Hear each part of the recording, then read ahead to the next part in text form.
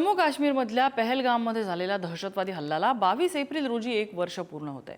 या हल्ल्यात 26 पर्यटकांचा मृत्यू झाला होता।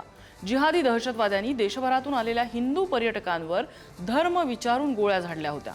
या हल्ल्याच्या कटू आठवणी आजही जिवंत आहेत।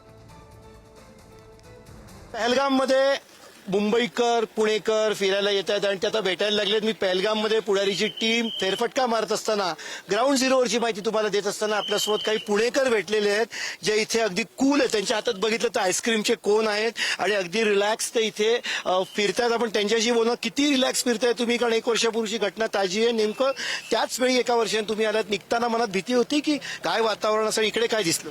खूप भीती होती आमच्या ट्रिप कॅन्सल करावी का इतका प्रश्न पडलेला आम्हाला, पण व्यवस्थित झालं। 4 दिवस आम्ही पुरतोय, आहे व्यवस्थित, सगळं सिक्युअर आहे। दिसते तुमच्यात मजा जी एन्जॉय करायचं चालू आहे, खूप छान। तुम्ही काय किती एन्जॉय करताय इथे काश्मीरमध्ये? काय वातावरण दिसते? सुरक्षा आहे का, भीती वाटते का? सुरक्षा आहे म्हणून आम्ही बिंदास फिरू शकतो। तुम्ही पण येऊ शकता फ्री माइंडेड, काही प्रॉब्लेम नाही आहे। आम्ही तर फिरतोच आहोत, पुढारी न्यूज माहिती देते, पण खरी खरी खरी खरी खरी खरी खरी सिच्युएशन काय इकडची ती तुम्ही लोकांना सांगा, कारण 1 वर्ष झालेले लोकांच्या निश्चित भीती आहे। सिक्युरिटी आहे त्यामुळे बिंदास येऊ शकतात, काही प्रॉब्लेम नाही आहे। जागोजागी सिक्युरिटी आहे, सेफ वाटते, लोक कोऑपरेटिव्ह आहेत। जसं म्हणजे हाईप बनवलं होतं की बाबा काश्मीर म्हणजे एक भीतीदायक वातावरण होतं, असं काहीच वाटत नाही।